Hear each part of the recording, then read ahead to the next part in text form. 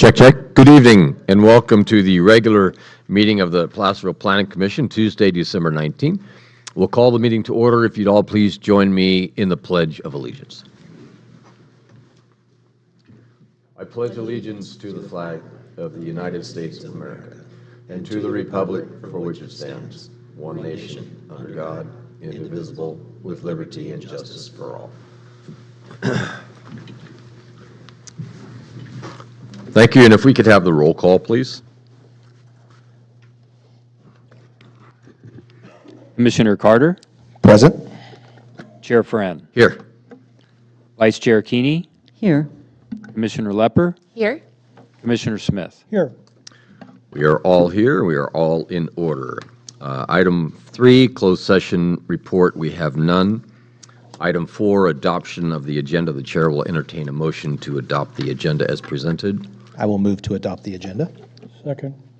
I have a motion and a second. Do we need to adjust Kristen's email that we sent to? Oh, no, because you updated the agenda. Okay, great. I just want to make sure We're all good? you were good. I have a motion and a second duly made. All in favor? Aye. Aye. Aye. Opposed? Okay, the agenda is adopted as presented. Item 5, consent calendar. Nothing is on consent calendar. The minutes, excuse me. Approval of minutes of the regular meeting from December 5. So moved. A motion to approve, or are we pulling? A motion to Motion approve to the consent calendar with the minutes. Can I have a second on the motion? Second. All in favor? Aye. Aye. All right. Aye. Not sure where my head was on that item. Item 6, items pulled from consent, not applicable. Item 7, item of interest to the public. This is an opportunity for members of the public to address the Planning Commission on items which A, are not on our agenda, but are within the purview of the Planning Commission of possible interest to the city. We cannot take action on anything brought to us under public comment. If anyone is interested in making public comment, please approach the podium. All right, seeing none, dispense with item 7. Item 8, written communications for non-agenda items. Do we have any written communications? We have none, Chair. We have none. Item 9, presentations and educational workshops. We also have none. So that brings us to item 10, our environmental assessments and public hearings. First item this evening, item 10.1. This is a site plan review, 23-18, a historic district review, consideration of a site plan application within the single-family residential historic district to modify an existing single-family residence to, 1, remove the existing wood lap siding and replaced with hardy concrete fiber lap siding, and 2, find the product categorically exempt from CEQA. And the property owners, Susie. Mr. Chair, Yes, sir? I'll recuse myself for this one. I've known the family forever. Okay. It's noted that Commissioner Smith is going to recuse himself on this Number item. is the 714 area code. All right. Ms. Hunter, I believe you have the staff report. I do, thank you. So SPR 23-18 is a request to modify an existing single-family residence located within the Cedar Ravine Historic District. The dwelling, constructed in 1936, is not included in the city's historic resources inventory and is not listed in either the state or National Register of Historic Places. For some background, in 1997, the Planning Commission approved Conditional Use Permit 97-10 to permit a phase change in the use for the dwellings addressed 3076, 3080, and 3084 Cedar Ravine Road from single-family dwellings to professional office. The first phase of the conversion was for 3080 Cedar Ravine Road, and then in the early 2000s, 3084 Cedar Ravine Road was severely damaged by fire, and under SPR 01-02, the structure was demolished and reconstructed. Currently, both 3080 and 3084 Cedar Ravine Road are professional offices.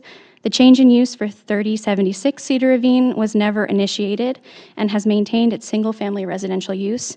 Staff consider this approval to be null and void. The proposed project tonight includes the removal of existing damaged and degraded wood siding in its entirety and replacement with pre-primed, hardy concrete fiber lap siding. Once replaced, the building will be painted to match the existing color scheme. The request is categorically exempt from environmental review pursuant to CEQA guidelines, Section 15301, Existing Facilities, and 15331, Historical Resource Restoration and Rehabilitation, as the project includes the modification of an existing structure that will result in no expansion of the existing use, and that the project would complete the maintenance and reconstruction in a manner with compatible substitute materials, hardy concrete fiber lap siding, consistent with the Secretary of Interior standards for the treatment of historic properties, with guidelines for preserving, rehabilitating, restoring, and reconstructing historic buildings. The project is consistent with the general plan, community design, and housing elements, in that the alterations are compatible with the visual attributes of neighboring structures within the historic district and include restoration and reuse of an older structure. Further, the proposed project is consistent with the purpose, intent, and criteria of Zoning Ordinance Section 10-4-9, Site Plan Review, 10-4-10, Historic Buildings in the City, and the City of Placerville Development Guide. As such, staff recommends that the Planning Commission adopt the staff report as part of the public record, make the findings in support of SPR 23-18, and conditionally approve SPR 23-18, located at 3076 Cedar Ravine Road, based on the project information and findings included in the staff report and subject to the recommended conditions of approval included in Attachment 1 of the staff report. This concludes staff's report. Thank you, Ms. Hunter. Questions of staff by commissioners? Commissioner Keeney. Thank you. I had a question on page 7 of the staff report. There's page 6, second paragraph. It just mentions that the structure has been modified since its construction in 1936. Can you elaborate on that? Was the footprint changed, or was it decorative changes? I would have to review permit records again to, at the time of the review, preparing the staff report, there were changes to the exterior. Okay, but that's fine. I just wanted to know if there had been a big addition to Not that I am aware of, no. to the structure. Not that I remember, no. That's all. Thank you. Other questions of staff by commissioners? So I want to make sure that I'm clear. First of all, this structure was not a structure damaged by fire in the early 2000s. Correct. The wood siding that's there now, we believe was probably the original siding? Correct. Okay. And it's staff's assessment that the proposed hardy board siding, which is like a 7-inch lap, meets the Secretary of Interior's guidelines in terms of replacement for the much smaller 2.5-inch lap. That's a yes or no. It's staff's opinion that it does, and we can have that discussion later, which we probably will. But I just want to make sure that I'm clear on that. Well, I think when looking at all considerations as a whole, so we look at the fact that the city is within a very high fire hazard severity zone, and based on comments that we received from the commission in the past and from the city council, that greater level of latitude is given to our discretion from the Secretary of Interior standards. So we just feel that as far as this being horizontal rather than vertical, it sort of will maintain the aesthetic appeal of the historic structure without dramatically changing it, and that going from wood to the hardy board is a positive thing considering the fire hazard as well. So it's not strictly just looking at the siding, but looking at the fire hazard situation as well.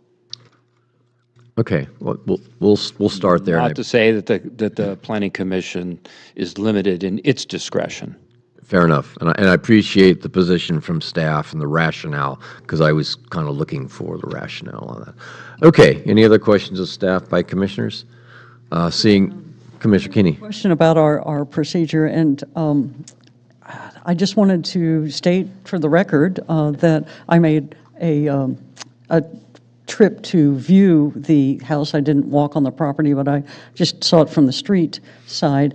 And if we could just take a moment, I think that this is a good time for commissioners to say that they have had a site visit in case the public wants to comment on that. So I just wanted to take a moment right now to say that. We usually kind of mention that in our general discussion. So I'm getting a head start on my New Year's resolutions.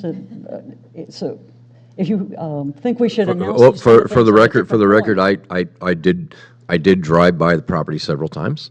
I'm also, I I used to think live, we're I all used to live familiar like with two it. doors but- up, 2 doors up from that process. I know the area pretty well, but yes, I did drive by. Okay. Yeah, absolutely. I also walked by, did not walk on the property, but I did walk by and do a site visit also.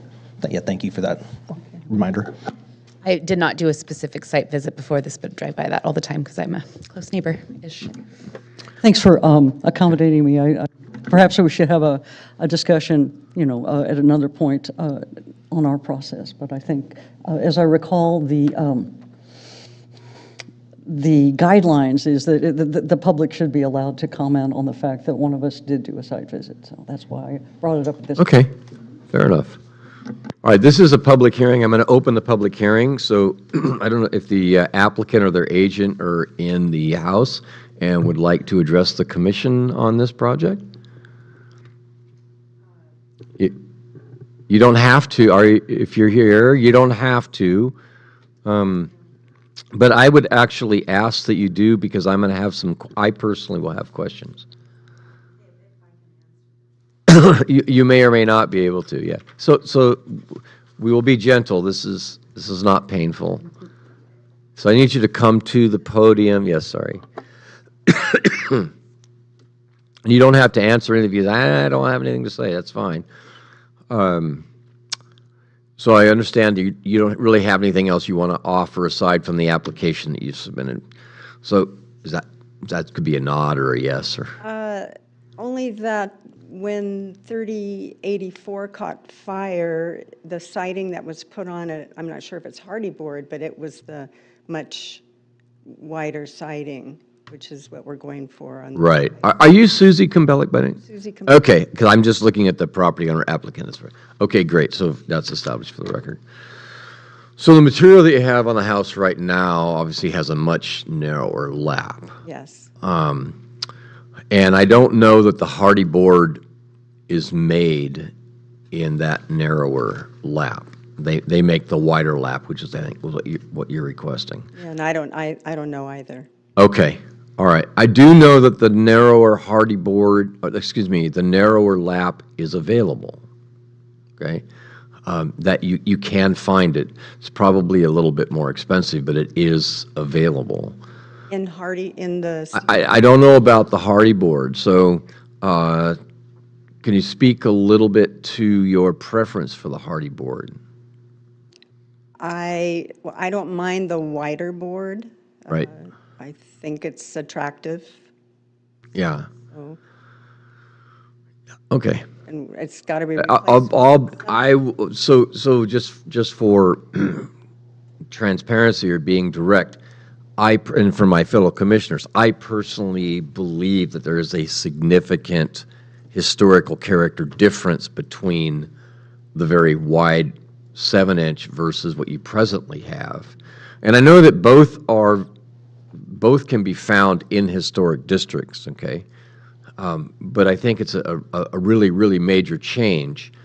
And fortunately or unfortunately, this body is kind of challenged with and charged with preservation of historic districts as the historic districts exist, right? So what I'm going to have to wrestle with and wrestle also with perhaps my fellow commissioners is whether or not to allow the wider board. Understanding where staff was coming from, that's one of the reasons I asked the question. And the hardy board, I think, has got much higher fire resistance, right, than the wood does, and we're in a high fire zone. So it makes it a little bit complicating for us. So. I don't know if they ever had smaller siding, but are you familiar with the Judge Thompson building, which is a couple buildings down? Yeah, I am. Because they have a much wider board on their building. And Correct, and the wider board can be, there's no question the wider board can be found, that's for sure. So, okay, don't want to torture you, so that was only, my only question, just, again, the narrower board is available. I don't know if it's available in a hardy board, the cement base or whatever they call it, but, so. Any other questions of the applicant? Commissioner Carter has a question, yeah. Good evening. Hi. And so doing the research on this cedar mill hardy plank lap siding that you're proposing, it does come in different sizes from 5¼ inches up to 9¼ Do you know offhand which size you're proposing to use? I think 5, and I have one of the construction persons who, Excellent. our contractor couldn't make it, so he sent Oh, great. one of the workers here. I don't know. So I'm looking at, Please come to the microphone. microphone, please. Need you at the microphone so to record. sorry. Thank you. And say who So it's you are. 7¼ inch lap. 7¼ is what you're 7¼ inch proposing? lap. So the actual size is 1¼ more than that. So it's 8.5, because we lap it 1¼ inch. Gotcha. Can you go with In smaller my lap? experience, I'm sure that Hardy does make a product. I've never seen it. We always, standard Hardy that I've Sure. done dozens, it's 7¼ lap. Yeah, I've used that myself, so I'm Right. familiar with the product, right? I was Googling, trying to find some. Like I said, I don't doubt that it's out there. I just know what was in the job description that I'm reading. Right. It's 7¼ inch lap. So if you were to use the 5¼ that would, the actual visible would be closer to 4 inches than on that, if we use the 5¼ inch? Its standard is to overlap it at 1¼ inch, yes. Okay, so it'd be a 4 inch actual visible on the, okay. So, Okay, all right. Any other questions? Yes, Commissioner Keeney. Ms. Gumbelik, I had a question for you about your selection.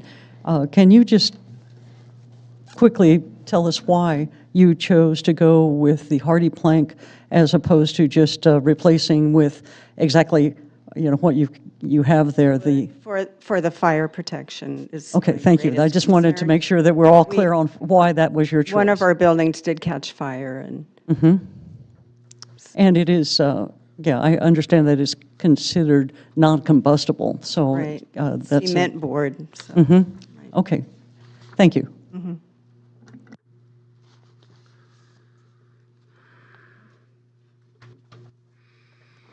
Additional questions? I'll wait until.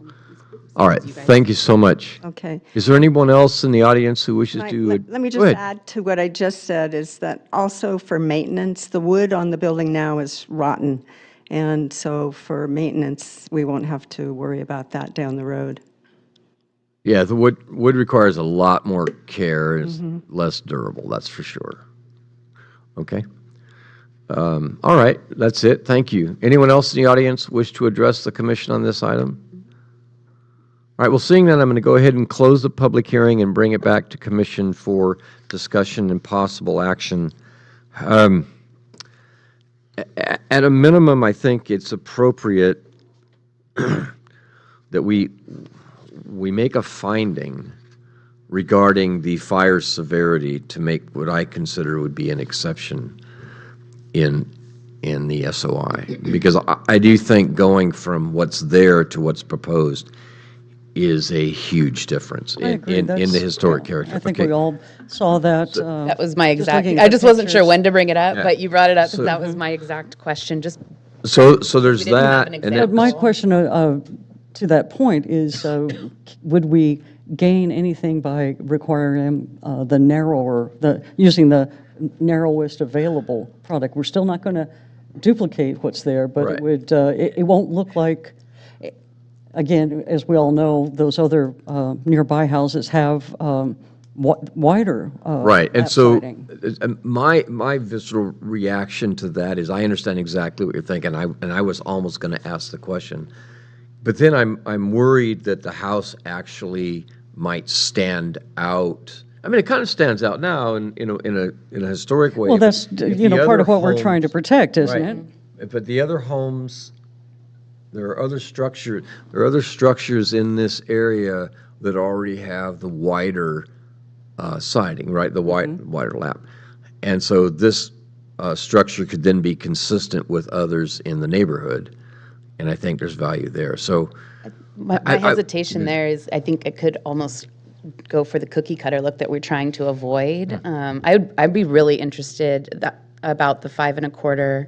I know the gentleman said that he's not familiar with it, but I'd really like to know if that's available, because I would be much more comfortable going with that smaller, allowing for the modern materials that will enhance the fire resistance, which I think is super important. And I do agree a finding in that will be good for even future discussions around this. But that was my initial thought too, is just, it's such a big difference that I think a happy medium really could be that 5 1/4, particularly with the only 4 inches being visible in the overlap. I think that would serve to like what it looked like before, while again, allowing them to get a durable material that isn't outrageously expensive, is, fire protection. So I don't know if we know if that's even available. It sounds like you did What do some you research. think and about found it. postponing, asking them to come back with that information? We have, You want to bring that Yeah, if you back, can come to the microphone. Chairman Friend?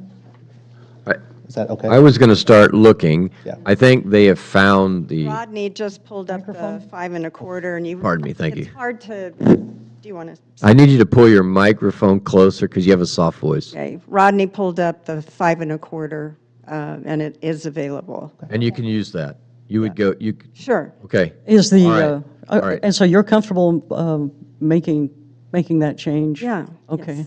All right. Okay, great. Okay. Thank you. Yeah, I'm of a mind that that's a good compromise, in preserving the look, because looking at the other two structures on this property and the Judge Thompson house, they do have the wider siding. They're very uniform, and it is nice, I think, to have this slightly different, smaller gap siding on this house. And also, one other thing I wanted to bring up is possibly on the findings also that we, similar to the one that we just did in our last historic review, adding that the condition of the existing materials is beyond repair, just to give us another leg to stand on as for an exception to the SOI standards. We just did that recently. I think that if we're going to make these exceptions for repair, which is preferred in the SOI standards, that we should add that condition that the existing materials are beyond repair, just to. I think that's good justification. Yeah. I think, and that's what we need. That makes it defensible. Yeah, and so Okay. that would be my suggestion, but I like this as a compromise with the 5 1/4. I'm glad, thank you for being able to look that up. I found it this morning, but I'm not a contractor. I don't know, how it works or if it's even available, so thank you for doing that. Okay. Yeah, same. I think that is a great compromise, and All right. that was my number one question. Then any other comments or issues on the project, or is someone prepared to make a motion? It'd be my honor Always count on Chris. to, let's see if we can do this as cleanly as possible. I move that we adopt the staff report as part of the public record and make the findings listed in the staff report in support of SPR 23-18, including that this request is exempt from environmental review, that this is at 3076 Cedar Ravine Road. It's a single-family residential dwelling. The request is consistent with our Placerville General Plan Community Design Element Goal C. And continuing through, there's a total of 6 findings. So we include all of those, and then conditionally approve SPR 23-18 at 3076 Cedar Ravine Road. And that we also include the recommended conditions of approval for SPR 23-18, of which there are 9 conditions included as attachment 1 in the staff report. I'll second the motion, but then I'm going to add a couple of items. One, we need to add finding number 7, that the project is located in an area of severe fire danger, and the proposed material is notably fire resistant. I believe it's, staff, will you help us with the correct term? I know that CAL FIRE, I think it's severe fire hazard, It's in a very high fire hazard Very severity high. zone. Very high fire hazard very area. high fire hazard. I want to make sure that we have the, Hazard zone. And then finding number 8, that the condition of the existing material is irreparable or beyond repair. And then the condition is that they're going to use the 5 1/4 lap. and on that, can I suggest that we just say approximately 5 1/4? Since, yeah, we are intending that you Approximately, use a narrower product. In fact, I was thinking of the narrowest available, but it sounds like that's what we have is, but let's just say approximately 5 1/4. Yeah, approximately okay 5 with that? 1/4. Yeah, approximately 5 1/4. And we're adding that as a condition of approval? That'd be in the condition of approval. Under number 1? Use Yeah, approximately. again, under number. Yeah, Chair, if staff could assist with that, I would recommend that you modify condition number 2, where it says replace siding shall be painted to match existing color scheme, and that the width shall be the hardy board 5 1/4. Okay, very good. So the width shall be the approximate 5 1/4 inch hardy board fiber board, right? Yes. 5 1/4 inch hardy fiber board, or hardy concrete board. Yeah, as a concrete 5 1/4. Yeah, okay. Do We good with that? we want to specify hardy or just say concrete fiber? Well, the applicant's using that, so I don't think it presents a challenge. Okay. I want to give them all the flexibility. And then any other minor issues can be dealt with administratively with staff. All right, Okay, all right. you're good with those Yes, additions, I and okay. Accept super. those amendments. Excellent, excellent. Okay. Any other discussion on the motion duly made? We can go ahead and call the question, please. Commissioner Carter, Aye. Chair Friend, Aye. Vice Chair Keeney, Aye. Commissioner Lepper. Aye. Great. The motion carries unanimously. Someone bring Mr., you're calling told me Mr. to call Commissioner him. Smith. Over. It has a 10-day public appeal should somebody want to raise something, but I think otherwise you're good to go. Thank you for attending. It's always important and helpful when the applicant shows up. Okay. Hi, okay. Happy holidays to you. Enjoy. Good luck with your project. Good luck with your project. Kurt's on his way. Okay, great. We'll wait till the commissioner arrives before we move on to the next item.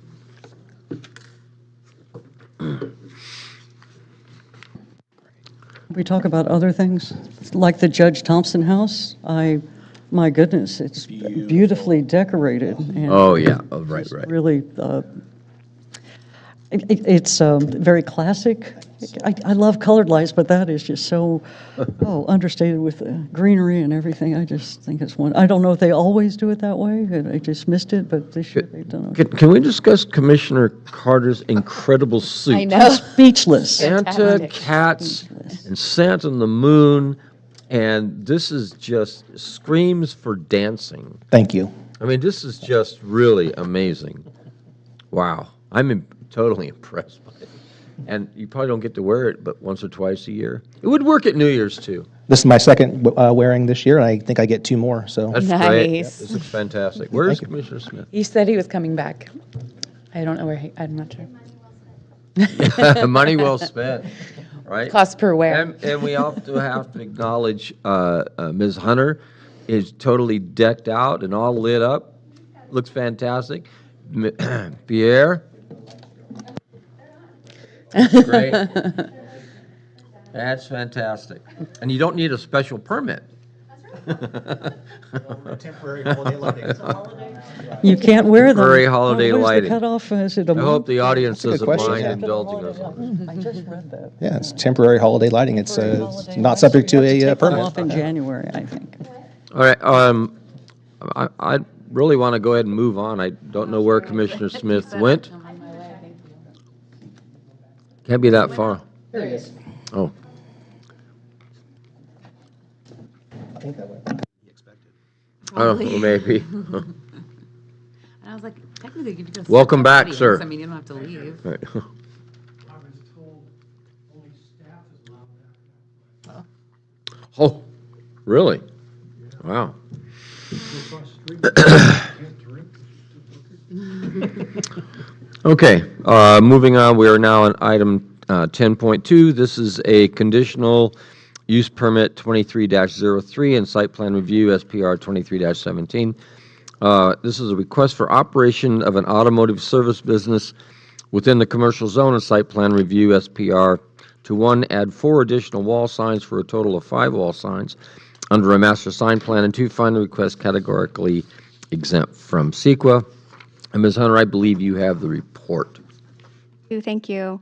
So as you described in your introduction of this item, the subject project includes 2 distinct requests. The first, the operation of an automotive service business, a smog check business, within the commercial zone along Placerville Drive. And the second, approval of a master sign plan for a total of 5 wall signs. Regarding the first request, it is the opinion of staff that while the operation of an automotive service business does not strictly adhere to the preferred vision plan for this area of Placerville Drive, specifically retail and office uses, the change in occupancy to automotive service will provide for the expansion of Placerville's commercial service sector and would not be detrimental to neighboring businesses. Specifically, as the facility would be a smog check test only operation with no follow-up automotive repair work. The second request for the subject property includes approval of 4 new wall signs. The applicant applied for these additional signs to provide identification from Placerville Drive and to provide adequate signage for each unit independently. Currently, the subject commercial building has an existing illuminated wall sign comprised of plastic and a metal frame for Nerdy Dave's, which was approved earlier this year under Building Permit 22545. The proposed sign package is included with Attachment 6 of the staff report and includes the following signs. Wall sign A, an illuminated plastic sign with a metal frame on the front facade of the building below the existing sign to be used for the new tenant, Smog Ace. Wall sign B, a wood sign on the southernmost portion of the east facade of the building. The copy would include painted or adhesive lettering or logo for Smog Ace with a directional arrow towards Unit B. Wall sign C, a plastic sign with metal framing or wood sign above Unit B for Smog Ace. Wall sign E, a plastic sign with metal framing above the entrance to Unit A for Nerdy Dave's. Of note, the applicant also included wall sign D. This is a required smog check sign that is exempt from the city's regulations, and therefore we mentioned it in the staff report but did not include it in our analysis. Prior to submittal, staff consulted with the applicant and recommended the use of either a projecting sign on the front facade or the use of a monument sign adjacent to Placerville Drive to provide visibility to passersby. The applicant indicated that neither was a current option. It is the opinion of staff that while a monument sign at the front of the parcel advertising all units would be preferable, the proposed signage will be of professional quality and is proposed to be placed on the building such that each tenant shall have adequate advertising. Of note, as proposed, the total aggregate square footage of signage on site would be roughly 105 square feet, approximately 28 square feet over that allowed under the general regulations for wall signs. Staff would recommend that sign C, Smog Ace, and E, Nerdy Dave's, be the same dimensions, 19 and a half or the other, and be comprised of the same material, plastic sign with metal trim, to provide unity between both signs and the signs along the front elevation. Staff would further recommend that the only illuminated signs be the existing Nerdy Dave's computer sign at the front and the proposed sign A, Smog Ace. Overall, the requests are exempt from environmental review pursuant to California Environmental Quality Act, Section 15301, existing facilities, and 15303, new construction or conversion of small structures. Further, the requests are consistent with the general plan community design element, are consistent with the purpose, intent, and criteria of zoning ordinance sections 10-3-3, conditional use permits, 10-4-4, parking and loading, 10-4-9, site plan review, 10-4-17, sign regulations, and 10-5-15, commercial zone. Lastly, the project is consistent with the intent of the Placerville Drive Development and Implementation Plan, as the proposed business would offer smog check testing services only with no follow-up automotive repair work. As such, staff recommends that the Planning Commission adopt the staff report as part of the public record, make the findings in support of the CUP 23-03 request, make the findings in support of the SPR 23-17 request, including the recommended findings number 5 and 6 included in staff's memorandum dated December 19th, 2023, provided prior to the meeting, and conditionally approve CUP 23-03 and SPR 23-17 located at 615 Placerville Drive based on the project information and findings included in the staff report and subject to the recommended conditions of approval included in Attachment 1 and Attachment 2 of the staff report, as well as the additional recommended condition of approval number 12 included in staff's memorandum. This concludes staff's report. Great, Kristen, thank you so much for that report. Questions of staff by commissioners? Commissioner Keeney? Not sure. I just want to be clear, understand that the illuminated signs are only going to be on the south-facing facade, Overlooking Placerville Drive, correct? Placerville Drive, okay. Nothing down the parking lot side. That's staff's recommendation. I do believe the sign proposal did mention the possibility of illuminated signs Okay. along the side, but staff's recommendation is to only have the front have illuminated signs. Thank you. Other questions of staff?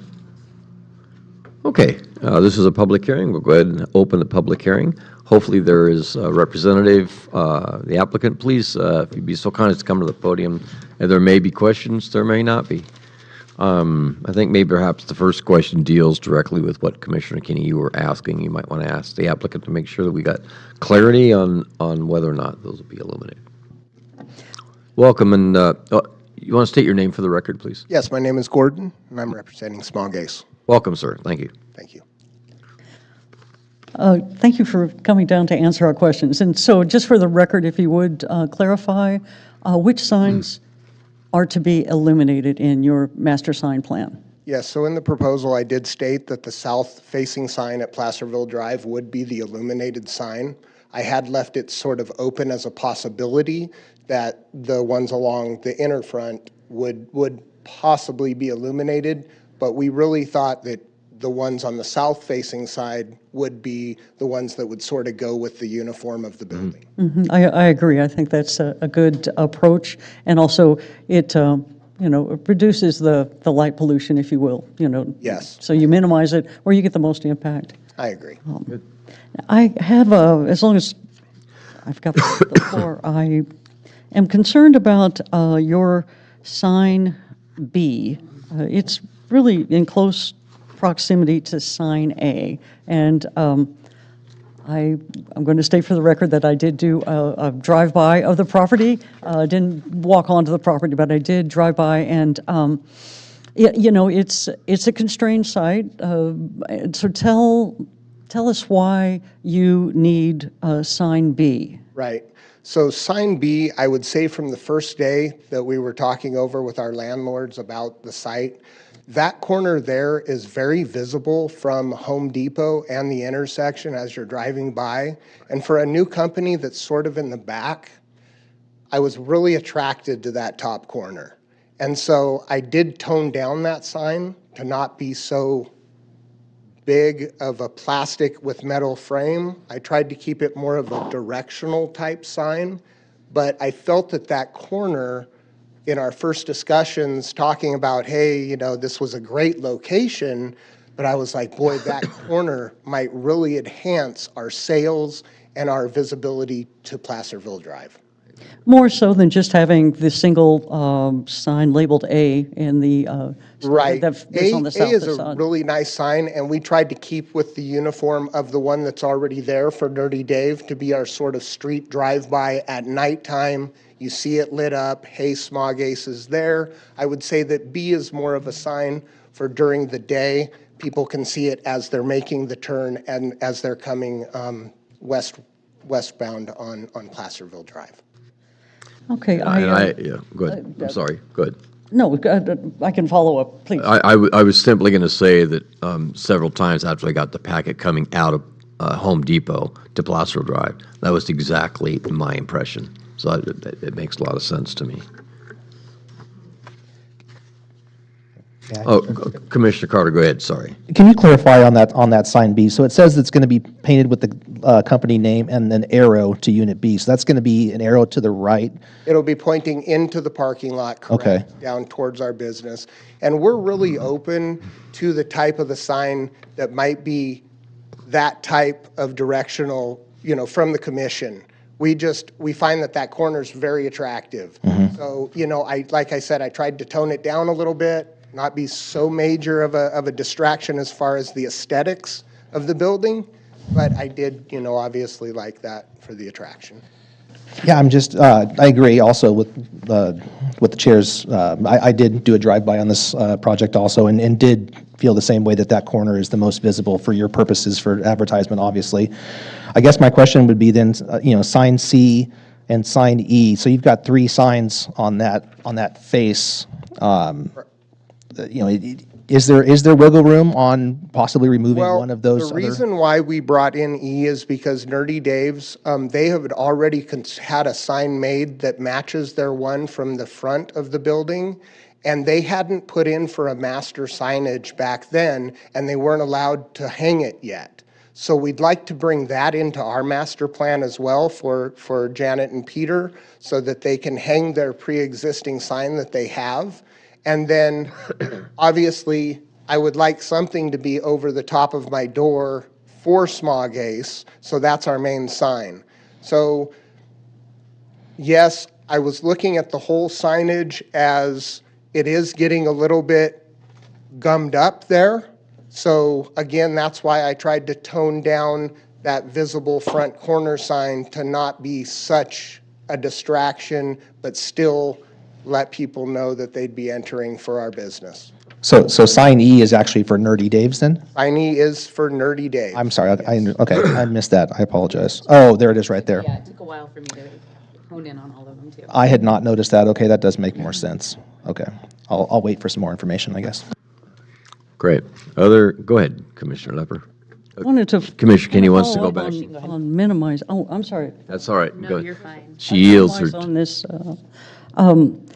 my concern is that, as we heard in the staff report, the signage allowed is 77 square feet.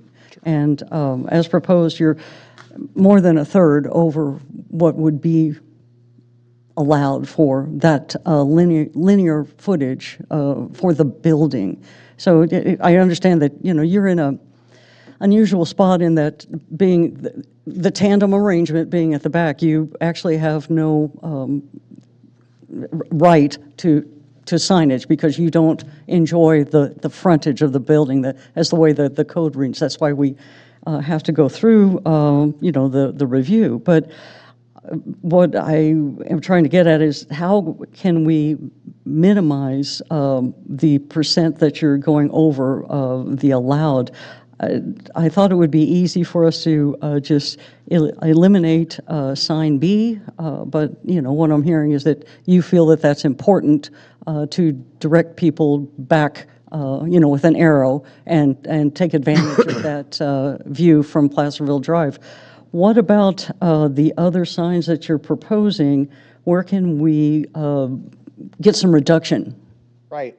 I do believe possibly we could take a foot or so off of our top sign above our door, down the alley in front over our door. That would be C. sign C? Yes, I know I made that to scale as the one that Nerdy Dave's has already, so I tried to just be kind of uniform with theirs. but I think if we shortened it, maybe stayed the same width, but shortened the length maybe, a foot or so. I don't know what I proposed there as the sign. It's just saying, And so the sign E over the entrance to Nerdy Dave's, that one can't be changed? it was pre-constructed at the time that they opened their business, but since they hadn't got a master signage plan, they weren't allowed to hang that one. Okay. Being that it's my landlord, I couldn't Okay, right. So rather than, it would make sense for them to be We'd like the to same have that one size. adopted as well. And then, if I could just jump in on this conversation on sign C, and then I'll come back to you. Commissioner. On sign C, then, just because I'm kind of OCD on these things, you could make it the same width as the opening in the building that it's above. Does that make sense? Well, if you see, that's a small garage-type roll door that is actually in front of our office, and then we have our front door that's right next to that. Just to the right of it, So I yeah? sort of centered it over the top of both. However, if we were to shorten the sign, I believe we could put it a little bit more over that first The roll-up. roll door. Center it would over look- center it over the roll-up. Right, Because I think it would the left. look a lot more, yeah, the left. It'd look a lot more, to me, it'd look a lot more balanced. It would drive me crazy every time I saw it. Yeah. If it wasn't. Right. Okay. I was just trying to sort of center it and keep it away from Nerdy Dave's a little bit, so we were established as two businesses. Right, sure. Okay, good. Commissioner Lepper? I have a lot of the same questions, so probably, I don't know if we want to go through them now or. Oh, if- so for us, not for All the not for same the- stuff, not not for the really, applicant. and Okay. so I'm pretty comfortable with Right. the ones you've asked. All right. Yeah, if I could just do a quick clarification. Yeah. Yeah. So the sign E is the one that's already constructed. That one's 23.8 square feet. And so staff had made a recommendation that both signs be 19.14. Well, obviously, that is going to be an issue since that sign's already built. So if they were to be the same size as staff wants, it's going to make it even worse. That would make their sign bigger to match that 23.8 sign that's already, because staff wants those two signs in their recommendation to be the same size. Is that kind of how I'm seeing the? Yeah, staff wasn't aware that it had already been constructed. Understood, or okay. had, forgotten that information when the application was submitted. Got you. We were looking at just consistency along the wall. Understood. That was where the recommendation came from. So if the sign has already been constructed, then it's not that big of a deal. I think that's up to the planning commission's Okay, discretion. all right. So, but staff's saying, okay, whatever the commission decides it wants to do. Yeah, and I liked that. I like the recommendation, but now that's not possible, and we're not going to make their Right. sign bigger to match, because that's just going to make our aggregate Our even percent worse. over, yeah, is even worse. Yeah, so I just wanted to make that clarification on that, on staff's recommendation about being the same size, that's not, we're going to have to figure that out, because that's not going to work, obviously. At least not as keeping all their signs. So, Is the existing wall sign just completely exempt from this discussion? The one that's currently on the front of the building, south side of the building? That one was approved under a building permit, but it falls within the master sign plan because it's signage for the building. Talking about the Nerdy Daves? Yes, yeah, I'm just curious about that one. I do believe it's part of your conversation, but I'm not sure we can change it. So what we need to do with that is, since that sign is there, I didn't mean to overtalk you. Since that sign is there and exists, it has to be incorporated in the overall master sign. Right, but so it has a contribution. It's there, it's part of the master sign package, and it has a contribution. Okay, so, and it's 29.6, right? Okay. And for the record, I think the request is 25% over, as opposed to a third more, just based on the math. Oh, we're doing our math differently. Well, it's about 26, 28, they're going 105, so 28. So, in any event, so what do we, okay, so I think we're done torturing you. Any other questions of the applicant? there might be more, after our discussion, there might be more, but. Yeah, don't go away. Thank you so much. Yes. Anyone else in the audience that wishes to speak on this project, please go ahead and come to the, when you get to the microphone, you can tell us who you are. Good evening.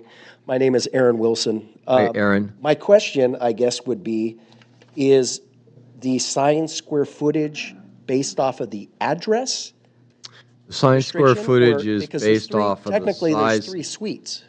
based off of the size of the building and frontage. The linear Linear- frontage. So you have linear 38 and a frontage. So you half get- feet. I just needed That's, the clarification. yeah, that's by ordinance, yeah. Got it. Yeah. Got it. So- Okay. I'm sure that was all taken into consideration. And the commission has discretion as long as we can justify and come up with the findings as to why we might deviate, okay? That's always the dance that we do, so, okay? Thank you. You're welcome. Thank you. Okay, any other questions? Anyone else in the audience wish to address the commission on this item? All right, then I'm going to go ahead and close the public hearing and bring it back to commission for discussion and hopefully action. Go ahead and start with Commissioner Keeney. She has her light on. Oh, I just thought we generally discuss it. Yeah, excellent. Well, I'm really concerned of the overage. I had hoped that we could eliminate one of the signs, particularly sign B, but, I hear what the applicant is asking, and perhaps that too could be reduced somewhat in the square footage, but still we're going to be way over the 77 square feet that's allowed. So, this master sign plan is triggered because we're going over the 77, plus we're going over the numbers. By the ordinance, I believe there would only be 4 allowed. The 2 businesses on the property. So we're going over in number and we're going over in size, and I'm just trying to make sure that this sign plan, which, runs with the land, we have a good baseline. We wish you well and hope that you're there forever, but, if the businesses would change hands, someone wants to make a modification, we need to have a good basis for this sign, master sign plan. And we need to have findings to justify why we're going so far over the square footage allowed. I am glad that we can possibly reduce sign C by about a square foot, I think is what you are estimating. Actually, it would be about 4. I don't know if you put in for my square footage of sign C. I put 2 by 2 by 8 by 10, 8 to 10 foot in length possibly. I don't know if the square footage was drawn out from the 10-foot length, but we can drop back to possibly an 8 to 6 foot length above our door there, which would probably take us more like about 8 square foot back. Okay. I also was looking over here at sign B that it's proposed for 3 to 5 foot, 3 wide by 5 foot length. I would say that we could possibly narrow that one down too to more of a 2.5 by maybe a 4 foot sign with the arrow. That would possibly bring us down another couple of foot there, which would bring us into about more like minus 10 square feet. Right. So that might bring us down into just about 15 square feet over the proposal. Okay. I appreciate you doing, adjusting And that's on the just- fly. Yeah, that's just. And you also have an appreciation for what we need to do with this master sign plan. Absolutely. So I've got, so 29, A would stay the same, B would be about 10, C would be about 8 square feet, and then that just leaves us with E. Problem with these, as the it's already commission, been, it's already we been could fabricated, require right? that they create a new sign, that they're not allowed to Yeah. hang one that's pre-existing. And, I'm really pulled in 2 ways. That on one side, we should not let that affect our decision on a master sign plan. On the other hand, I have sympathy for business owners who have already bought and paid for something, but, they were in error. They didn't realize that they weren't allowed to do that. So what do the rest of you feel about that? Particularly sign E and the changes that we've been able to make to reduce the square footage. Well, I agree with, that was my initial thought too. Could we just eliminate sign B? That would lower a lot and then potentially resize some of the other ones, which it sounds like there is an option to do.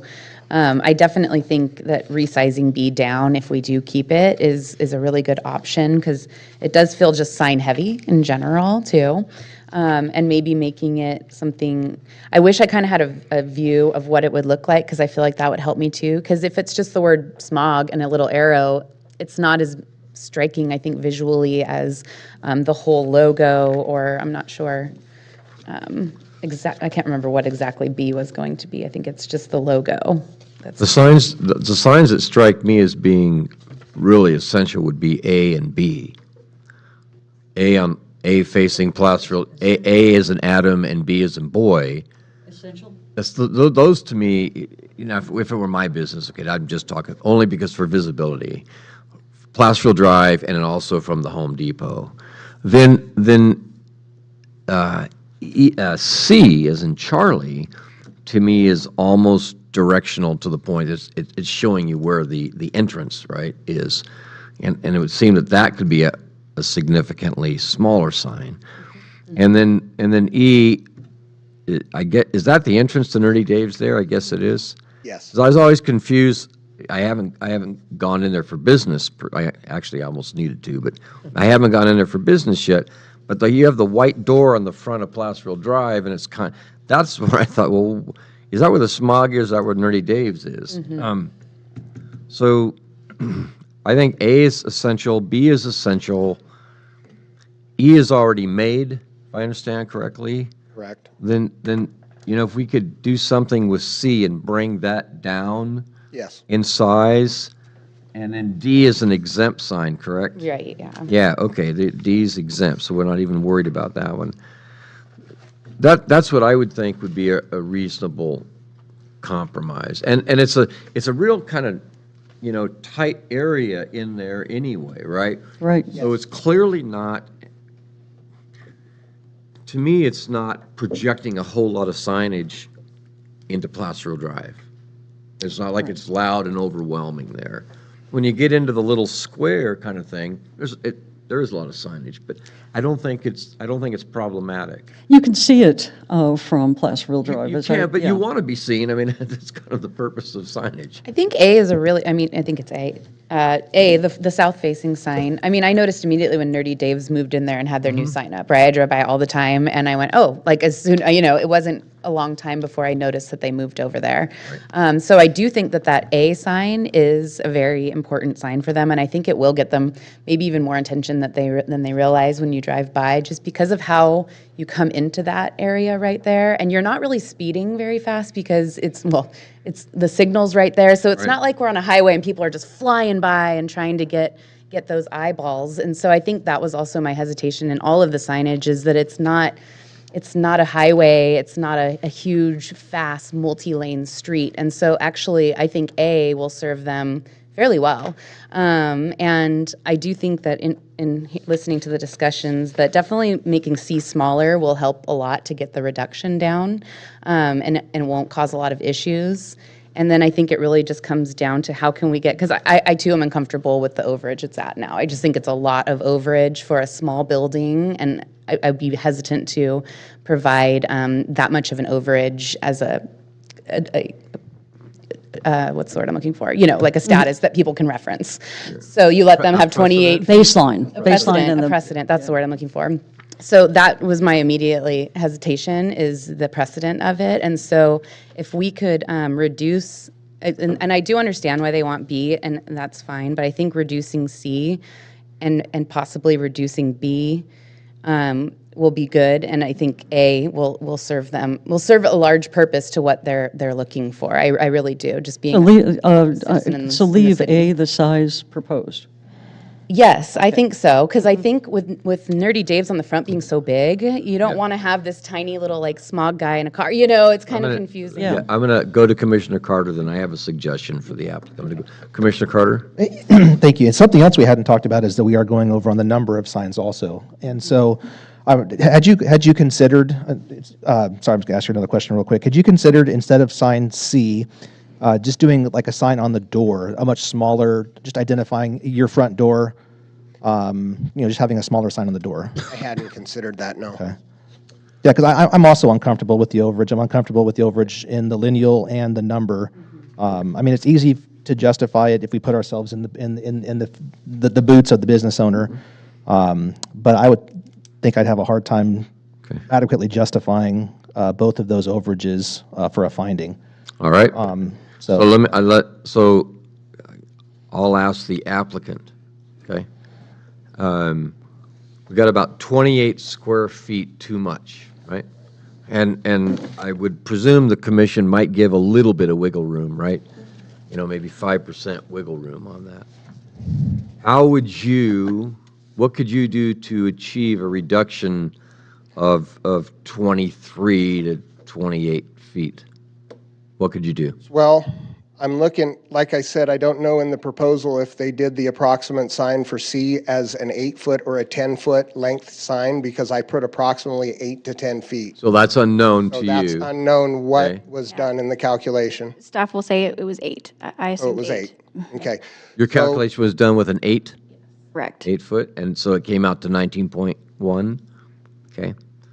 So we have to go with that. If you, are we talking about C or we're talking about E? C, C. we can't really do anything with E because it was the pre-made sign. that No, they right, had done. okay, so I'm sorry. So, all right, so C was calculated at 8 foot and 9.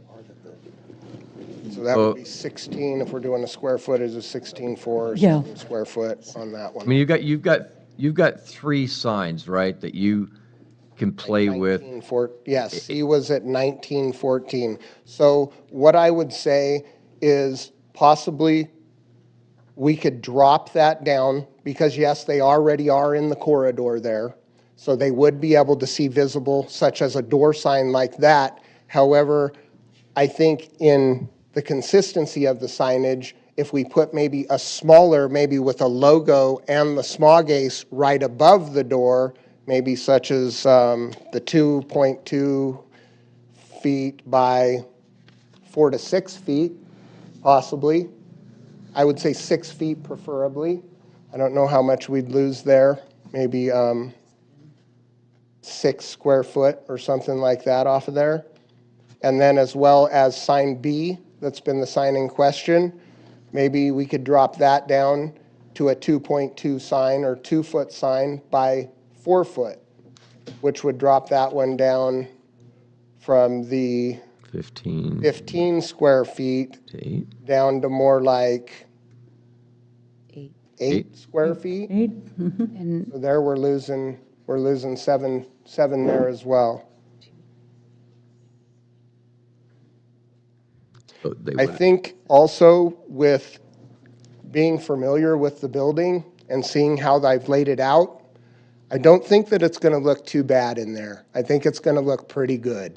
I'm pretty excited about this building, and I have some good plans and some foreshadowing on it, and I think we're going to do really good. So the signage is projected. If we can, be approved by the council, I think that everything's going to look really good in there, even with the reduced signage. So how are you feeling about what he just proposed? I mean, that's about 14 feet is Yeah. what he just proposed of the, 28? Yeah, that we're he shaved it looking in at? half. Yeah.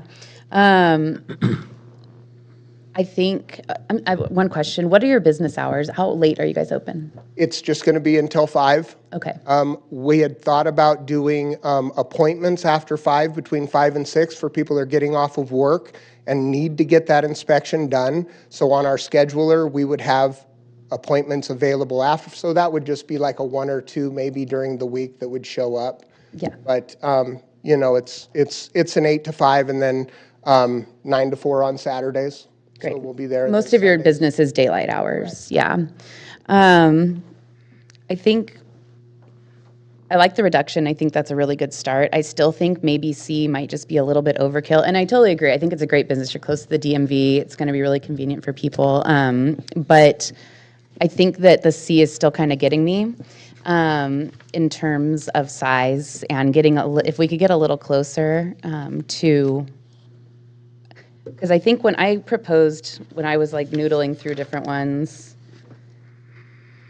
But I was talking about redoing the other sign, the sign that's not going to be redone. So that was kind of tricky to have that gone. But I got down to about 3 feet over, and so I think we need to get a little bit closer to. Well, I just want to put this out to the commission. I'm still uncomfortable with sign E being so large, 23.8 proposed, square footage proposed. And in the staff report, there was language about making signs C and E the same size. And That was part of my again, calculation, I kinda was got hung fixing up. E. I mentioned this earlier. I'm a little hung up on the fact that they've already invested in it, but we are creating a baseline, a master sign plan that runs with the property. And unfortunately, I just don't. I think it's outsized compared to. Let's see, E is outsized compared to C, and B is already being, reduced. He's already volunteered to reduce that from 15 to about 8 square feet. So in the master sign plan, as the commission, we could require that signs C and E be the same square footage, which means that they would have to get it remanufactured. Yeah, I mean, so I'm as far as- kind of as far as a mindset, practice, I hate the idea of what I would call waste, right? But at the same time, noodling around with it, it really keeps reducing the one with the extra sign too, without addressing E. And that was how I had calculated some of my reduction to get closer to the 3 feet over, with still allowing the extra sign. And so I'm kind of with you there. I don't know exactly which direction to go with that, or if we can come to a medium just with smog ACE. Commissioner Carter? Mm-hmm. Good. Give you an opportunity. Yeah, or another option is that we just eliminate sign C entirely. If they want to accommodate the landlords by giving them that extra sign E, then that gives both businesses 2 signs, A and B, and one lighted for each business and one unlighted for each business, and we just eliminate C altogether. I don't think that's a terrible idea either, because that's why I asked about the business hours. So once you pull into the parking lot, there's only so far you can go, right? You're either at Nerdy Dave's or the smog space. And so it's not confusing. It's not like, hey, now you have to take another turn around the corner and find us over here. And so if it's daylight hours, I think that doing something with C is probably the best option without having to rebuild the sign. It sounds like they're either the owners or master tenants of it to begin with, so the assumption is that their longevity is there, although it is run with the land, so we have to keep that in mind. But without having them redo that one, and since we know that he's submitting that with theirs in order to allow them to put that up, yeah, I think reducing. Yeah, the calculation. Sorry, I just paused halfway. But yeah, something with B and C has to calculate up to, I would say, with just a little bit overage from the allowance. Let's see. I have like a million calculations written down. So B was 8.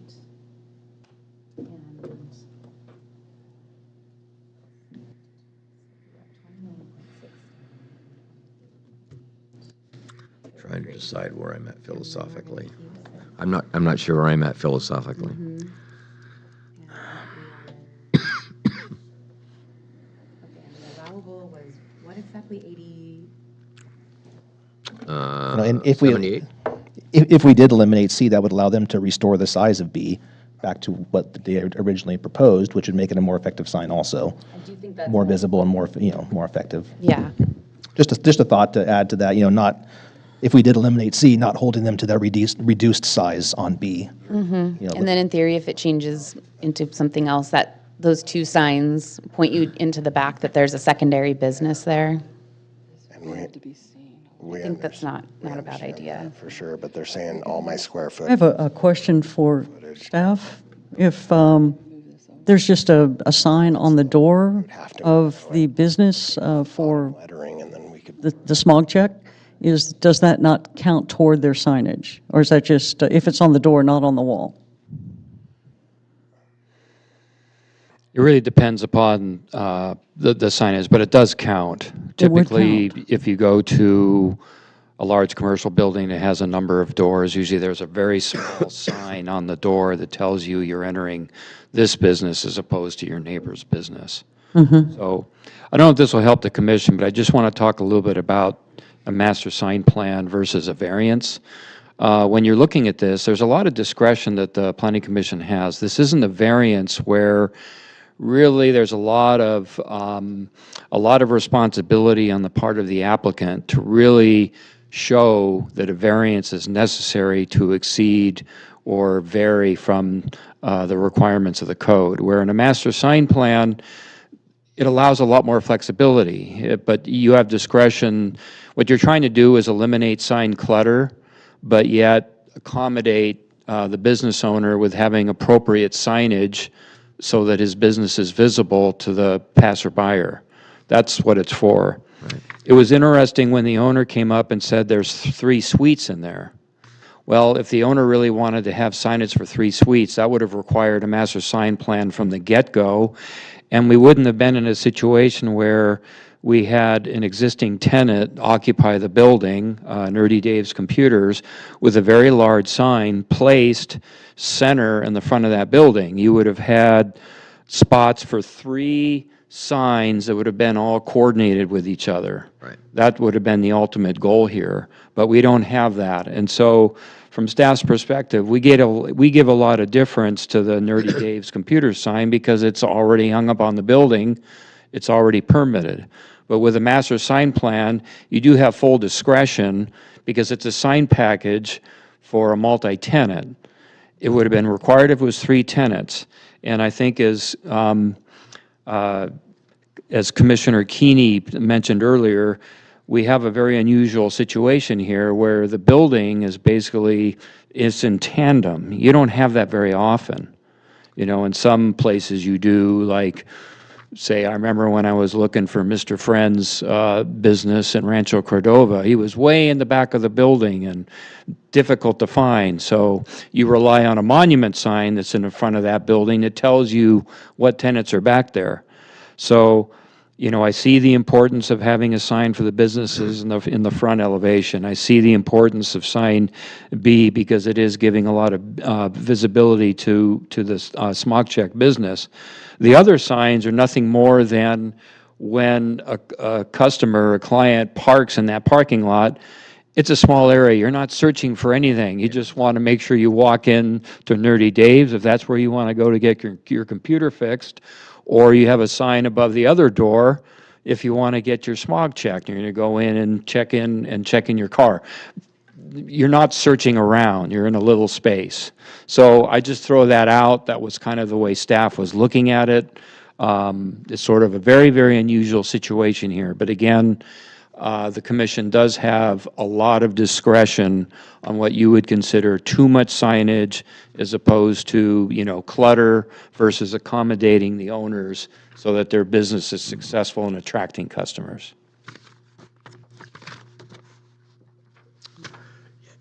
Yeah, We may. Pierre, that's really helpful, and I appreciate that. And I'm wrestling with this, you know, philosophically, as I try to avoid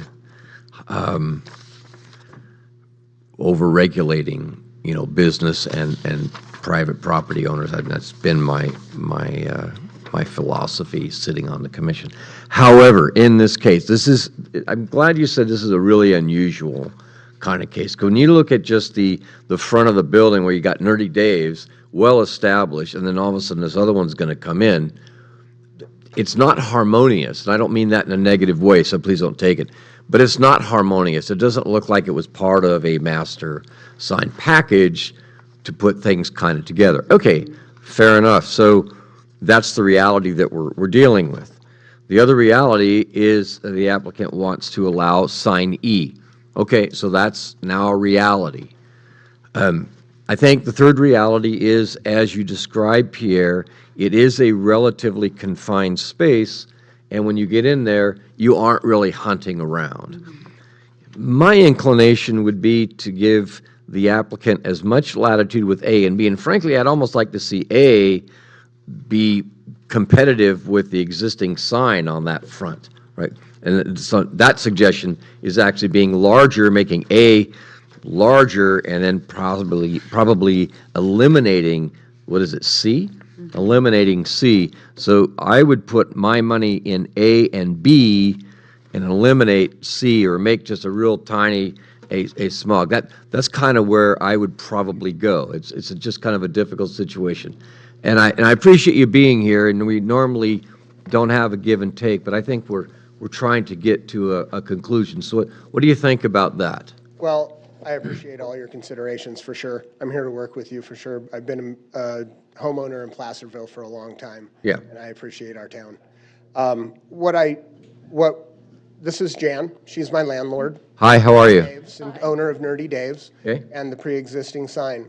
And we did think that there is some room to work on her existing sign that she has. So she has considered possibly reducing the reducing the size of her sign to allow us to still have maybe an over-the-door sign for us. And that. How would you do that's that, with a Sawzall? Sign E, How would you do that? It already exists. sign E in your sign plan. Okay. Just want to make sure we know what we're talking, which sign we're talking about. How would you do that, though, if it already exists and already has a certain size? We couldn't. We'd have to throw that one away. Oh, I see. So Okay, so- you'd redo the sign. Yes, I'm Jan. Hi. Welcome. My husband and I own the building, his Okay. Pete, and our son owns Nerdy Dave's. Okay. Okay, so the signs, we were down the street at another building rented. And so to assist our son, we bought the new building. And we brought the old signs with us, because they are very expensive. Right, yeah. And so we had the one placed in A. Is that A? No. A. The original. We just call it the original. Yeah, the Yeah, it's Nerdy got it. Dave's. And what we were hoping in the large sign with the other one, if we ever were able to put it up, was that as he's sharing, his B, you could see it, and then E being a larger sign, you could see it as you're driving by. Believe it or not, that front, I don't know why people pass us and have to come back around and come in, and they said, "We can't see your sign." And I don't know why. I have no idea why. But just to share that with you. So that's why we were going to keep the big sign and put it above David, so that as B, E would also be able to be seen as it came through. But under the circumstances, if it's going to cause them to not be able to have a sign, then we will throw our sign away and just get something smaller. But hoping to bear in mind that we need to also be seen coming from that direction, because people are missing it this way. Right. But we can do a smaller sign and maybe slide it over so it's seen, and because we have a window and we have a door, and we could slide it more over the window so it could be seen from Placerville Drive. So. Okay, well, Well, that's really all that's work really together. helpful, because we were kind of anchored or bound by E, the sign that was made, but you're saying, yeah, okay, well, we'll just get rid of it and do something smaller. Yes. Okay, to that extent then, Commissioner Keeney. I have a question of staff about the master sign plan. Since we're working on the fly here and just kind of ballpark estimating how big the signs might be, we don't have specs. Can the master sign plan read not to exceed? And I've just been doing some calculations, and to address concerns like minimizing B and making E, the entrances over Nerdy Dave's and the smog check, make them the same size. Can the master sign plan read things like, signs B, C, and E are not to exceed 12 square feet, for example? Aggregate. And let's see. Actually, we could just specify each sign not to exceed a certain amount. Or we could specify the aggregate. not to exceed and let the applicant decide how they want to fit them in, right? Yeah, so how much from leeway do staff's- we have in the sign plan? From staff's perspective, we typically like to have more specificity rather than less with a master sign plan. Again, this is a very unusual situation. Typically, you're looking at, say, for example, the Apple Farm Place, where you've got a number of suites, or there are some other businesses, commercial centers there along Placerville Drive, where they're under a master sign plan, and so all the signs typically would have the same length and width. But, of course, the logo is going to change. So this master sign plan should allow a certain size signs in certain locations so that Nerdy Dave's goes away or the smog check goes away, a new tenant comes in, they don't have to come in and get a change in the master sign plan. They can just swap out the their logo and they're good to Logo for go. one, uh-huh. But if you make it where it's changing, then we maybe find ourselves coming back to you, and we'd like to avoid that with a master sign plan. One more question, procedural thing. If we continue this item and ask them to come back with more specificity, kind of based on our conversation, is there more expense incurred by the applicant, and what kind of delay are we looking at? When do you think this could be brought back to the commission? Staff would recommend that maybe you have that discussion with the applicant on how much time they would need. But staff would recommend that if we do continue this, that it's to a date certain. There's no additional cost to the applicant. That was going to be my next question about if we could because I have 20 different writings of calculations, and I would hate to make a final decision and say, your sign's 8.2 feet, and then have them go, oh, well, actually, we could have done this. I don't know how big this roll-up door is, and I'd really like to know that, because I think that's relevant to how big C can be without looking weird. And so I am of the same mind that if we could continue this to as soon as possible, because I don't think it's going to take much, but I think rather than back of envelope calculations to give staff, I'm really hesitant to do that on a final sign plan. This And runs with the especially if they are land. going to redo their sign, I don't want them to redo the sign and then, I think that's a really good thing if the applicant is amenable to that. So then we would have to provide absolute clarity to the applicant as to what we're looking for, including, we're not asking the applicant to eliminate a sign? We're not asking for that, right? We're saying we need you to come up with a sign package that fits within or very closely within what's allowable, right? Which is what, the 78 feet? And, we have the discretion to go a little bit more if needed. But, they could eliminate it if they find they can eliminate if they want. if they but want we're to, not we're requiring them to. Requiring an Understood. Yep. elimination at this point. And I think you understand our concern to reduce the visual clutter and have balance, but we also appreciate you need to have visibility from Placerville Drive. Right, and I do feel that we might be able to handle that right now All right. if we dropped sign E down in size to matching sign C. So if we talked about what we had talked about earlier with sign C as being the 2 foot by 6 foot, which making a total of 12 square foot, if we made both of those signs at that, I believe we'd lose 14 square feet there. 12 and 12. As well as dropping sign B down to the 2 by 4, That's 8. we had talked about, that's 8. We 23, lost that's some more 32 square feet. footage there. Sign A, the reason why I didn't want it the same size as the original Nerdy Dave sign is because there's only a certain amount of feet between that sign and the edge. So what I did is I took that distance and I got a center measurement for what the sign should be to look uniform. So as far as sign A goes, I'm comfortable with that measurement for sign A. That measurement of 17.3? Yeah, it's a knocked down sign from their sign, but I'm already getting the other sign B on the side. So, and like we said, during the evening when that's lit up, I think that sign will look very presentable. 30, 70. So I you come think we with 30, can you come with- lose. Yeah, I get the 70 as well. Yeah, I I think got we're 78. getting a little bit closer there if we dropped B, C, and their sign E and have them get a new sign that fits maybe the same size to look uniform along the corridor. That comes up, I think, to my calculation, very And close to what- 78. What's the total you came up with? Wow. Yeah, give or take. I didn't do the exact points, 78.9, but 78 points. 78.9. That's why they pay you the big bucks. So, Yeah. That is 78.9. 8.9. And I'd be willing to, Wow. I'd be willing to give them up to 80.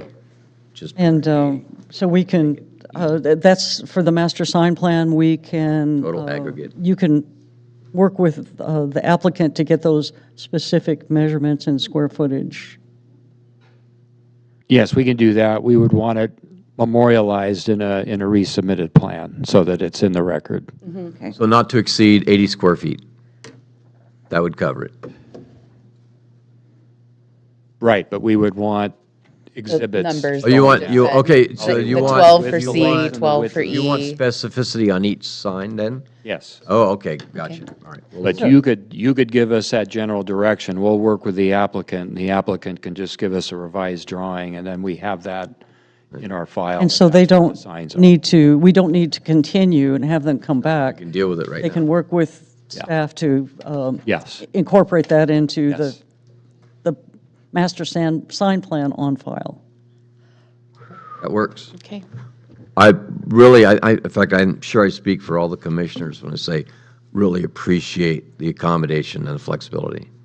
Seriously, it's Thank you good. for your consideration. All right, so, do we have other questions of the applicant? Anybody, I already closed the public hearing, so we just had you here to help us out. And thank you for that. Then, do we have somebody that's willing to make a motion? We have additional discussion. Here's my, I'm all, I would like to have a bit more discussion Good. as I, before we get into making a motion, as I read the ordinance, 10 dash, oh boy, I'm losing my place here. Yes. 10-4-17H requires certain findings, and Ms. Hunter provided us with a recommendation. Yeah. So her memo dated today, add the following findings. The first one, number 5, as proposed, the sign plan will contribute to the design quality of the site and surrounding area, as it will provide visibility from Placerville Drive for both businesses while providing equal advertising between the two businesses, Nerdy Dave's Computer Repair and Smog Ace. I wanted to bolster that finding somewhat. The way I read our ordinance, the requirement for the finding, if I can just jump over to my notes, and I'm just going to read from the ordinance itself. This is under section H, 2A. And it says, actually, in approving a master sign plan, the planning commission shall also find, and this is A, that the plan's contribution to the design quality and surrounding area will be superior to the quality that will result in the regulations and standards of this section. Let's see. And what I wanted to add to this was to clearly state that it's the unique layout. So I wanted for us to consider saying something like the layout or configuration with two business occupancies in tandem requires additional signs be placed to assist the public in locating the desired business. I think it's important to state for the record that the basis for the sign plan is they've only got the 38 and a half feet in the front, and it's because we're going, back away, and that's why we're allowing them to go over a number. And actually, the way we've pared it down, they're not that far over in the No, they're not. the square footage, but it's just now we're just down to number. Thoughts? I'd like to hear your thoughts about adding something like that to a finding. I think that's a good idea, because I think it does point out the unique circumstance that we're looking at with the extra sign. And, I mean, now we don't have the square footage to deal with as much, but that it is justified. And as we talked about, the safety of pulling in, knowing, I know there's a lot of driveways there, and I think that might be kind of sometimes why people get confused, which one belongs to what. And so by clearly putting the signs there, that will provide safety aspect as well. I think that's good. Okay.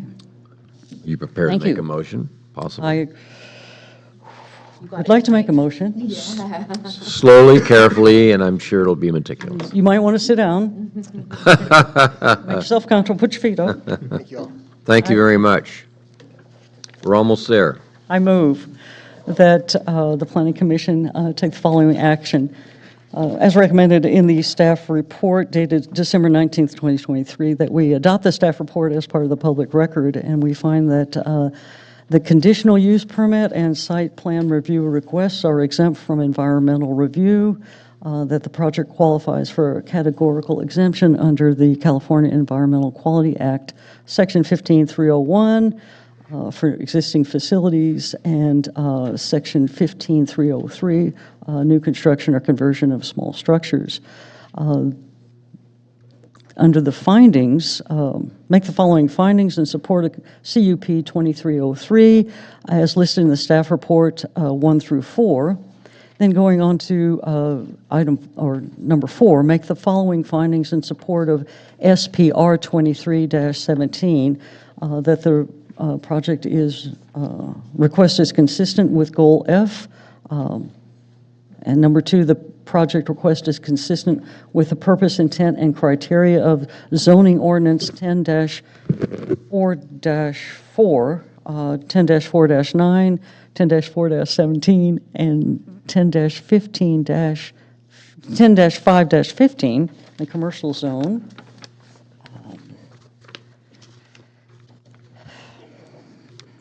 Now, I would like us to strike number 3. The project request is not consistent with the development guide because we're adopting a master. Oh boy, now I'm wrapped around the axle. In adopting an MSP, are we now consistent with our city development guide? Does the MSP now put us in conformance? Well, you have a master sign plan, so Okay. I had discussed Definition is earlier, consistent. it allows you a lot of discretion Yeah. based on the circumstances of the site and the orientation of these businesses. Okay. So we'll Yeah, leave the master number 3. sign plan is presented, allows us to maintain the consistency with the City of Placerville Development Guide. Thank you for that clarification. So we've got, I get the big bucks. under number 4, we've got 1, 2, 3, and 4, and then adding in the additional findings in the memo from December 19th, 2023 from Kristen Hunter. Number 5, as proposed, the sign plan will contribute to the design quality of the site and surrounding area, as it will provide visibility from Placerville Drive for both businesses while providing equal advertising between the two businesses, Nerdy Dave's Computer Repair and Smog Ace, and add the following. The layout with two business occupancies in tandem requires additional signs be placed to assist the public in locating the desired business. And then recommendation 6 from the same memo, the proposed signage is compatible with the style of existing signage at the site and will complement the existing site improvements.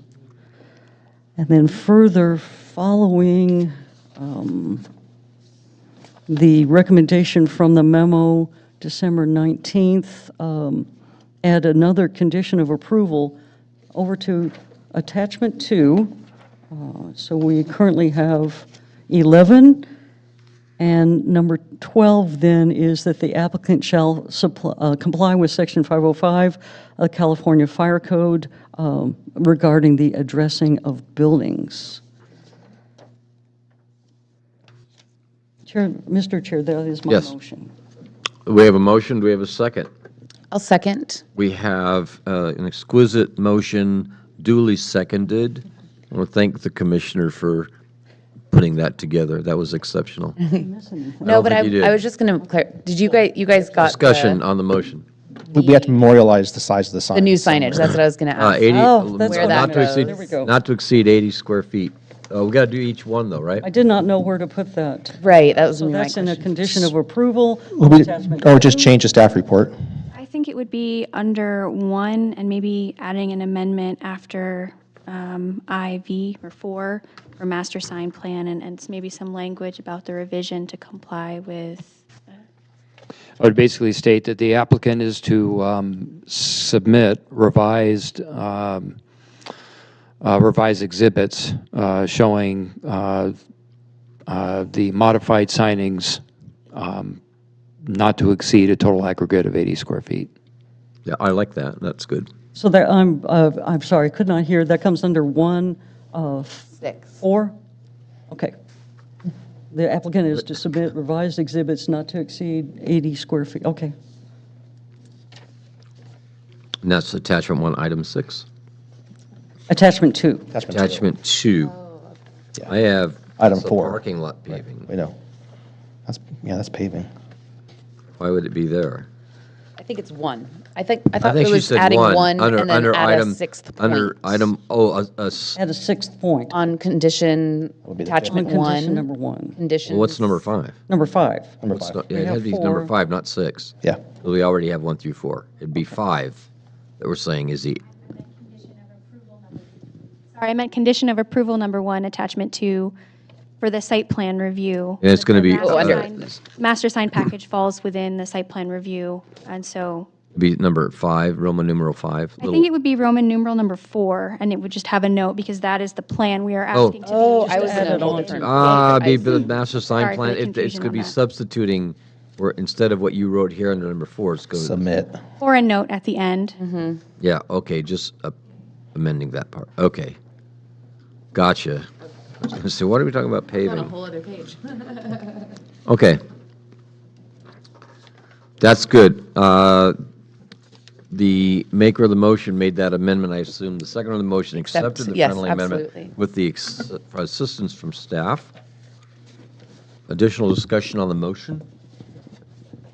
Roll call vote, please. Commissioner Carter, Aye. Chair Friend, Aye. Vice Chair Keeney, Aye. Commissioner Lepper, Aye. Commissioner Smith. Aye. Fantastic. We have a unanimous vote. Thank you very much for your patience and your assistance. Because it's a public hearing, it is subject to a 10-day appeal process. Other than that, happy holidays to you all. Thank you. Thank you. All right. Do we need a break, or can we just move on to the last few I items? have one more question, Yeah, if I sure. might. So now with the conditional occupancy permit and this master signage permit,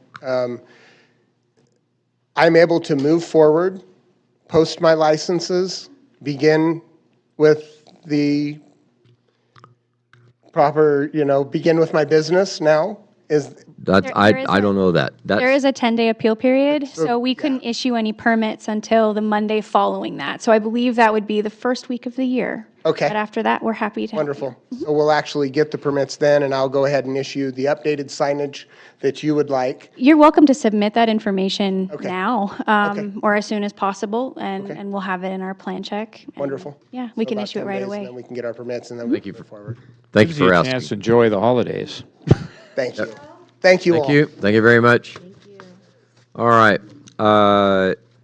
Then item number 11, continued items, we have none. Item number 12, new business, we have none. Brings us to item 13, matters from commission and staff. Staff reports 13.1. What do we have? Just a couple items to update the commission on with respect to our 2 affordable housing projects, that being Mallard and Middletown. We're still working with the applicants to basically give them a foundation-only permits. So we don't do that very often. I think the last time the city had issued a foundation-only building permit was for the Holiday Inn Express in Smith Flat. Oh, And right. the foundation still remains today. Still there? Yeah.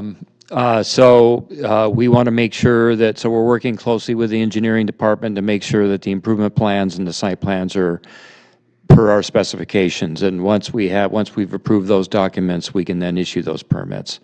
I don't have a status report for the Clementine. Okay. That's the state affordable housing project at the old Armory. Let's see what else. I did have a conversation earlier this week with New Phase Development.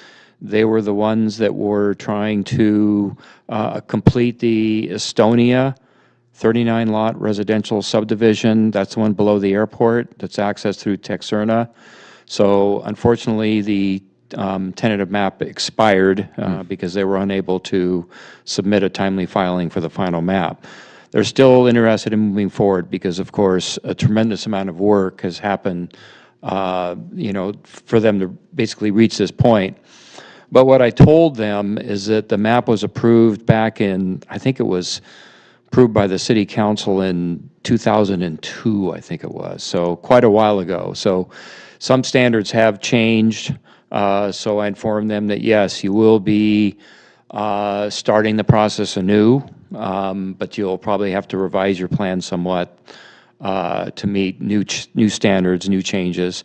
So give you a heads up, that tentative map, if they do move forward, will come before you, and that was also approved as a plan development. So look forward to that.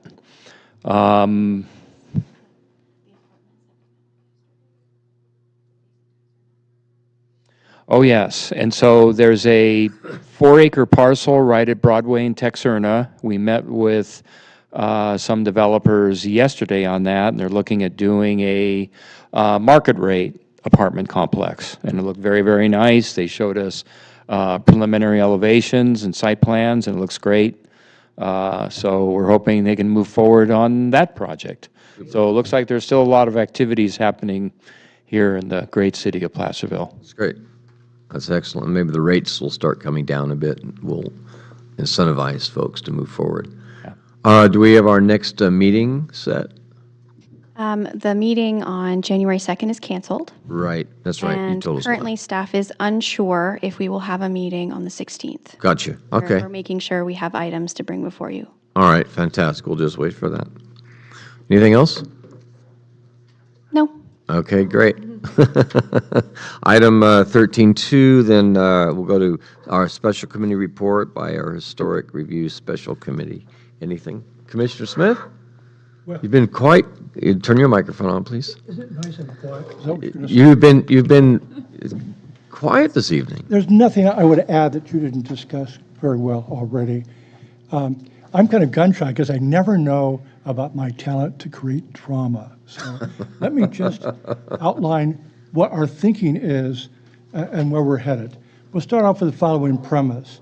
The standard that we use, the ordinance, and the districts has been a subject of controversy all over the place.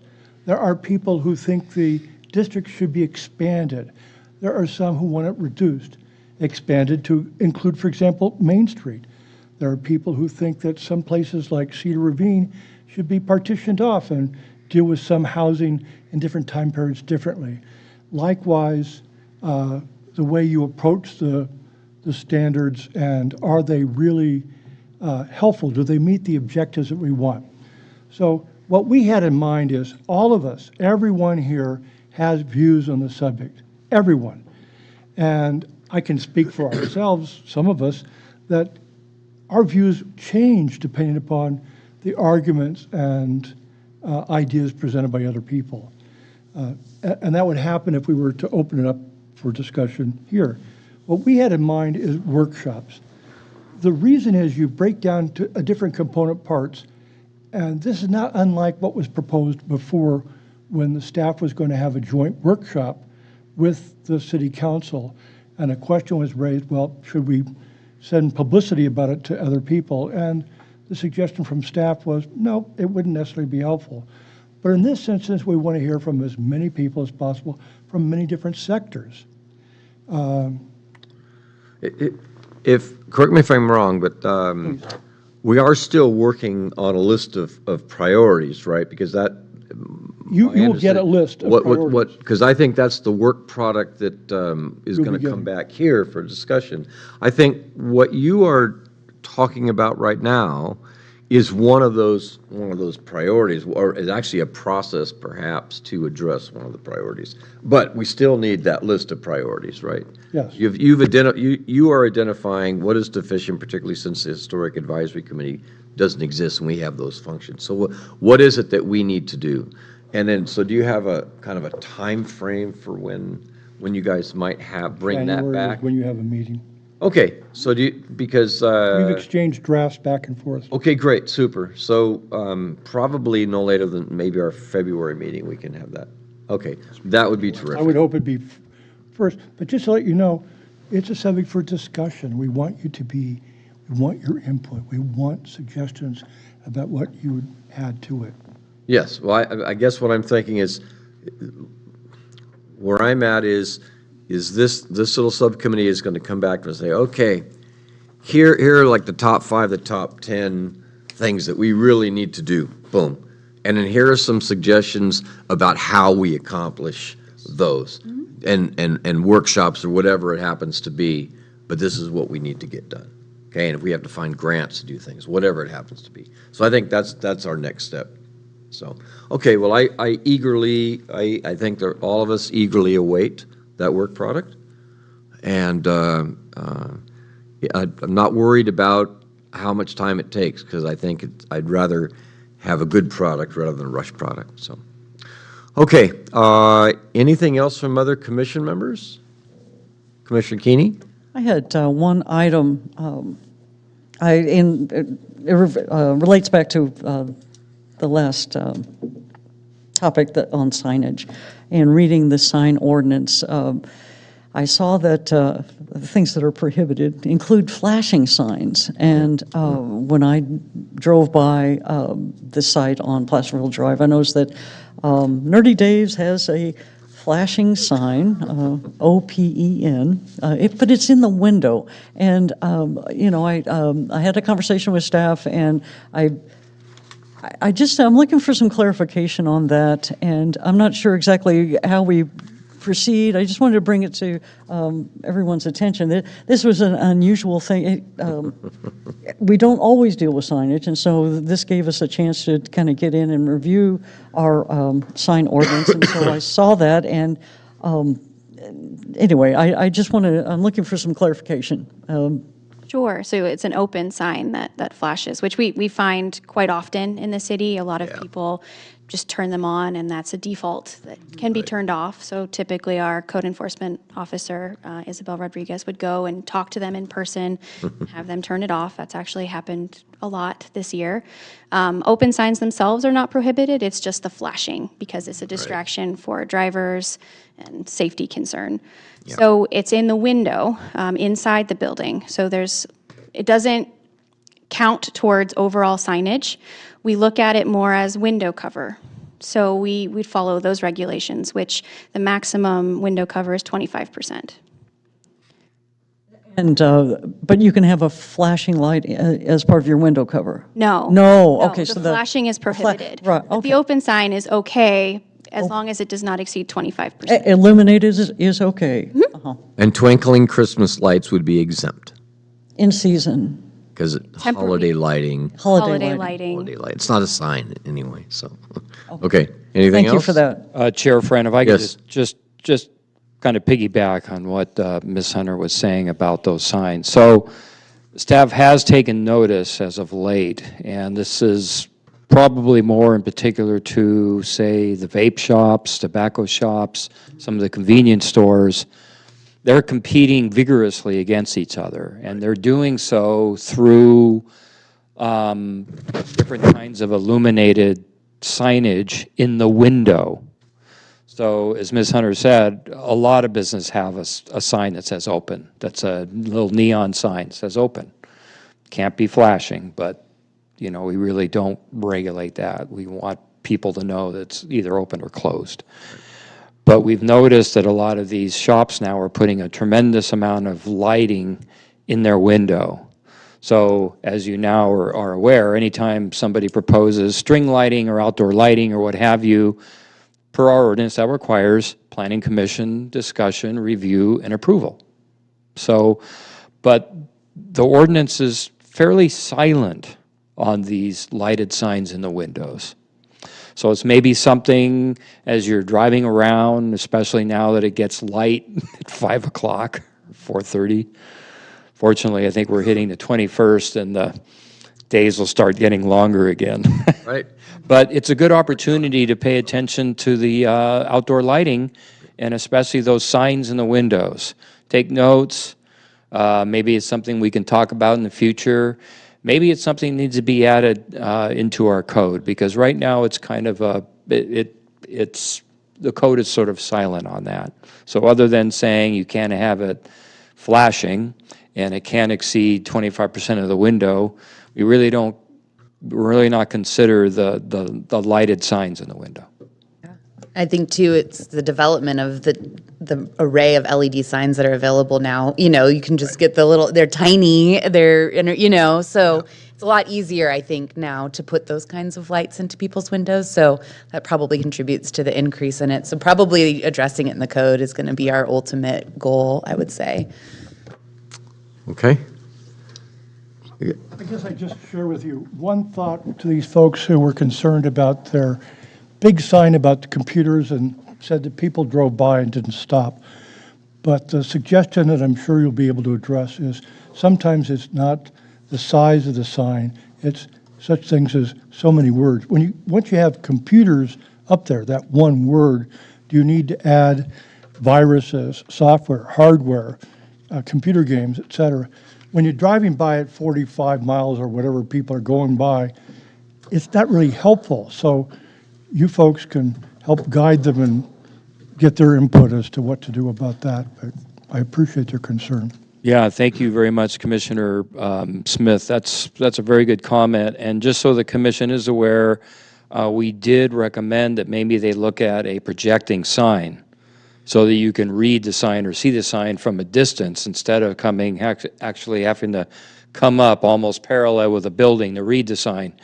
I can remember, and this is probably several decades ago, when St. Patrick's Church came in for their sign, staff really wanted them to reorient the sign so it was visible from either, traffic running south or north on Sacramento Hill to see that sign. You don't see the sign until you're like right up on it. Right.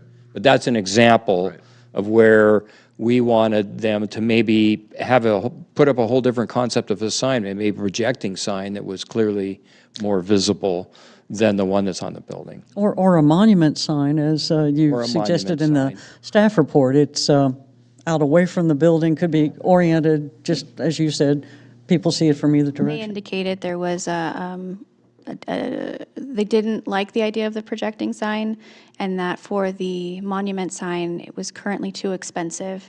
So it's possible they may come back for an amendment of their master sign plan in the event this signage does not work, but I think, we'll see.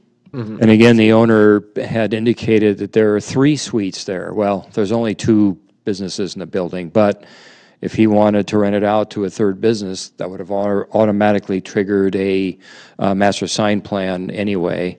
But in that case, it probably would more justify, from their point of view, a monument sign that would have the businesses on the sign. And seeing no lights lit, aside from Ms. Hunter, I'll say we'll adjourn this meeting and wish everyone a very happy Christmas holiday season, and we'll see you all next year.